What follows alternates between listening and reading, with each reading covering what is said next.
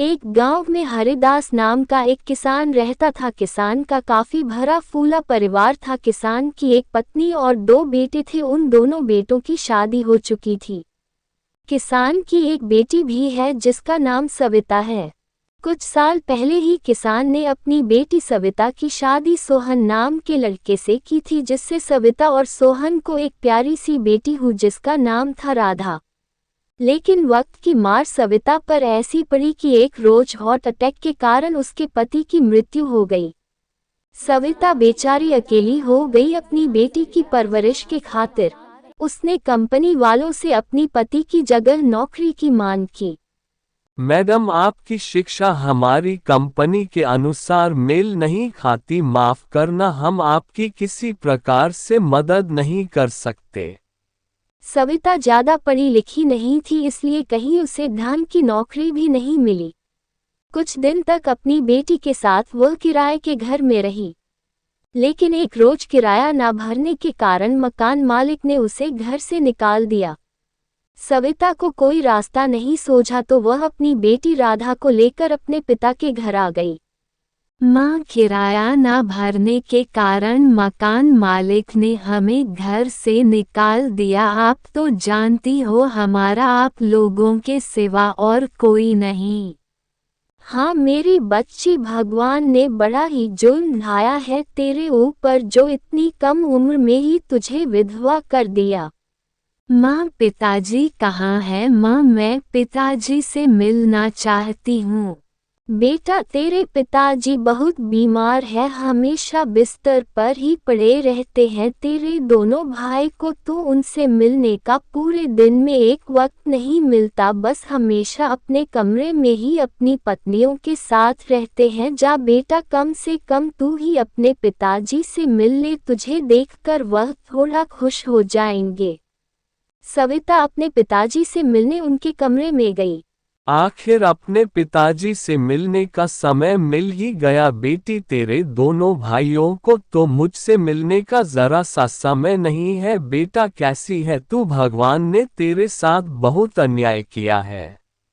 पिताजी, आप मेरी चिंता छोड़िए, मैं ठीक हूँ, आप बस आराम कीजिए। वक्त की मार ऐसी पड़ी है मुझ पर कि अब मैं कुछ बोलने के काबिल भी नहीं रहा। बेटी, एक वक्त था जब तेरी दोनों भाइयों में से एक भी बीमार पड़ जाता था तो पूरी रात जाग जाग कर हम दोनों पति पत्नी निकाल देते थे, और एक ऐसा वक्त है जो इन दोनों में से कोई हमें एक बार भी पूछने नहीं आता। आप चिंता मत कीजिए पिताजी, मैं हूँ ना, अब से मैं आपका पूरा ख्याल रखूंगी। अपनी नंद को बच्ची और सामान के साथ देख भाभी सुषमा का तो मन ही बन गया और वह अपने पति बबलू से जाकर, लो आ गई तुम्हारी बहन और बोरिया बिस्तर भी साथ लाई है, लगता है यही बसने के इरादे से आई है यहाँ। हाँ, ऐसा लगता तो है, लेकिन अभी कुछ कह भी तो नहीं सकते। एक तो खुद के खर्चे पूरे नहीं होते, ऊपर से अब इसके भी उठाओ। सविता ने उनकी बातें सुन ली और समझ गई कि उसका यहाँ पर गुजारा ज्यादा दिन नहीं होगा, इसलिए उसने अपनी माँ से, माँ, मैं नौकरी की तलाश कर रही हूँ, राधा को कहाँ छोड़ती, इसलिए मैं कुछ दिन के लिए यहाँ रहने आ गई हूँ। जैसे ही नौकरी मिल जाएगी हम किराए का घर देख लेंगे। हाँ मेरी बच्ची, मैं तो खुद ही तेरे भाइयों पर बोझ हूँ, अब मैं तुझे क्या कहूँ। अगले दिन सविता गांव में काम मांगने जाती है। सविता ज्यादा पढ़ी लिखी नहीं थी, इसलिए कहीं उसे ढंग की नौकरी भी नहीं मिली। उसे गांव में एक अमीर सेठ के पास साफ सफाई का काम मिल गया। ऐसे ही दिन गुजर रहे थे। सविता रोज सुबह अपनी भाभी के साथ कामों में हाथ बटाया करती थी। दीदी, मैं रानी को लेने जा रही हूँ, तब तक आप खाना बना लेना और कपड़े धो देना। ठीक है भाभी। माँ, मुझे भूख लगी है, खाने को दो ना। हाँ हाँ, यहाँ तो जैसे पैसों के पेड़ लगे हैं जो तोड़ कर राशन ले आए। अरे सारा दिन चढ़ती ही रहेगी क्या? जब खाने का वक्त होगा तभी खाना मिलेगा। राधा रोते हुए वहां से चली गई। सविता उसे चुप करवाती है और रात का बास एक दिन विमला अपने बड़े बेटे से, सुरेश बेटा कितने दिन से कह रही हूँ मेरा चश्मा टूट गया है। अरे आप तो ऐसे कह रही हो जैसे मैं दिन भर फालतू बैठा रहता हूँ। मैंने तो ऐसा नहीं कहा बेटा, तुम तो जानते हो कि बगैर चश्मे के मुझे ठीक से दिखाई नहीं देता।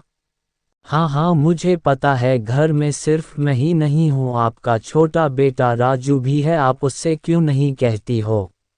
ऐसा कहकर सुरेश गुस्से में वहां से चला जाता है। तभी राजू भी वहीं से गुजरता है। बेटा राजू तू ही मेरा चश्मा बनवा दे बेटा, बुढ़ापे में अब मुझे कम दिखता है।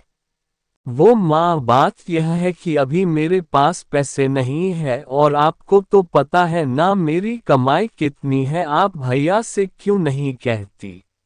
माँ की बातों को टालते हुए राजू भी वहां से निकल जाता है। विमला भी अपने घर के बाहर आंगन में बिछी चारपाई पर बैठकर रोने लगे। तभी सुरेश की पत्नी सुषमा वहां आकर, माँ जी आपकी आंखों से छोटी छोटी बातों पर गंगा जमुना बहने लगते हैं। बहू तुम तो जानती हो मुझे बगैर चश्मे के बहुत कम दिखता है। मैं काफी दिनों से सुरेश से चश्मा लाने की बात बोल रही हूँ। चश्मा मुफ्त का तो नहीं आता माँ जी, पैसों का आता है। आपका छोटा बेटा भी तो है, आप उससे अपनी जरूरत का सामान क्यों नहीं मांगती। विमला ने सुषमा की बात का कोई जवाब नहीं दिया। अगले दिन विमला की नातिन अपने हाथ में चश्मा लाते हुए अपनी नानी से बोली, नानी ये लीजिए आपका चश्मा। ये तुझे कहाँ से मिला बेटा, ये तो नया चश्मा है, लगता है सुरेश ने मेरे लिए चश्मा ला दिया। विमला ने इतना कहा ही था कि सुरेश गुस्से से आग बबूला होता हुआ आया। राधा मेरे जेब से पैसे तुमने निकाले हैं, तुम अब चोरी भी करने लगी। शोर सुनकर सविता भी वहां आ गई। क्या हुआ भैया?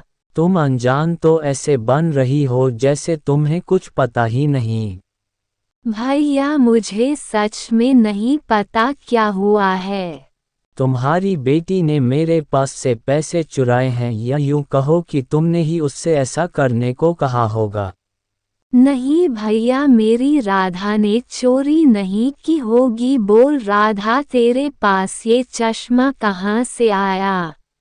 माँ ये चश्मा मैंने अपने जमा किए हुए गुल्लक को तोड़कर जो पैसे निकले उसी से लाई हूँ। मैं सच कह रही हूँ माँ, मैंने चोरी नहीं की। अच्छा तो अब तुमने अपनी लड़की झूठ बोलना भी सिखा दिया। अरे तुम्हें क्या पता पैसे कैसे कमाए जाते हैं, तुम तो सिर्फ मुफ्त की रोटियां तोड़ने आए हो। भाई के मुंह से ऐसे कड़वे शब्द सुनकर सविता अपनी बेटी को लेकर उस घर को छोड़कर चली जाती है और वहीं पास में ही एक किराए पर कमरा लेकर अपनी बेटी के साथ रहने लगी। यूं ही दिन गुजरते गए। बेटों और बहू के ठीक से ना देखभाल करने की वजह से विमला बहुत कमजोर हो गई और एक दिन विमला के प्राण निकल गए। कुछ दिन पश्चात विमला के जाने के दुख में रामू ने भी एक दिन अपना दम तोड़ दिया। रामू की भी मृत्यु हो जाती है और रामू के परिवार वाले उसकी अर्थ को स्मशान लेकर जाने ही वाले थे कि तभी अचानक वहां पर एक सेठ आ जाता है। रुको, मैं इस अर्थी को शमशान नहीं जाने दूंगा। अरे ऐसी क्या बात है भाई, तुम क्यों नहीं जाने दोगे शमशान? नहीं नहीं, मैं इस अर्थी को शमशान इसलिए नहीं जाने दूंगा क्योंकि इससे मुझे 2 लाख का कर्ज लेना है। मैंने इसको 2 लाख कर्ज दिया था, जब तक मेरा 2 लाख रुपए नहीं मिल जाता मैं इसको नहीं जाने दूंगा। सभी लोग तमाशा देख रहे थे। तभी रामू के दोनों बेटे आगे आए। देखिए सेठ जी, यह पैसा तो हमारे पिताजी ने लिया था और पिताजी तो अब चल बसे। पिताजी का पैसा अब हम कहाँ से देंगे?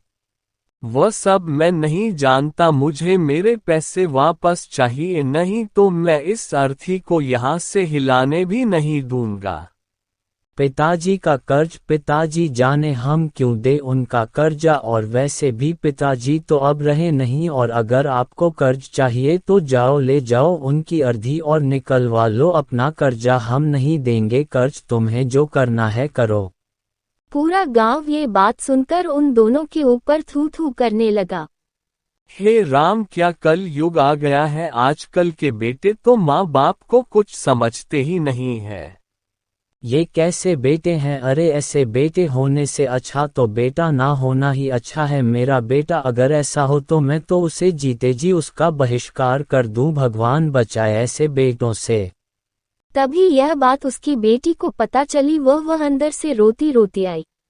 सेठ जी, मेरे पास कुछ जेवर और कुछ पैसे हैं, ये आप रख लीजिए, पर कृपया करके मेरे पिताजी की अर्थी को जाने दीजिए, और अगर तब भी आपका कर्जा पूरा नहीं होगा तो सेठ जी मैं आपके घर में जीवन भर काम करूंगी। जब आपका कर्जा खत्म हो जाएगा आप मुझे अपने घर से निकाल दीजिएगा, पर मेरे पिताजी की अर्थी को जाने दीजिए, मैं आपके आगे हाथ जोड़ती हूँ।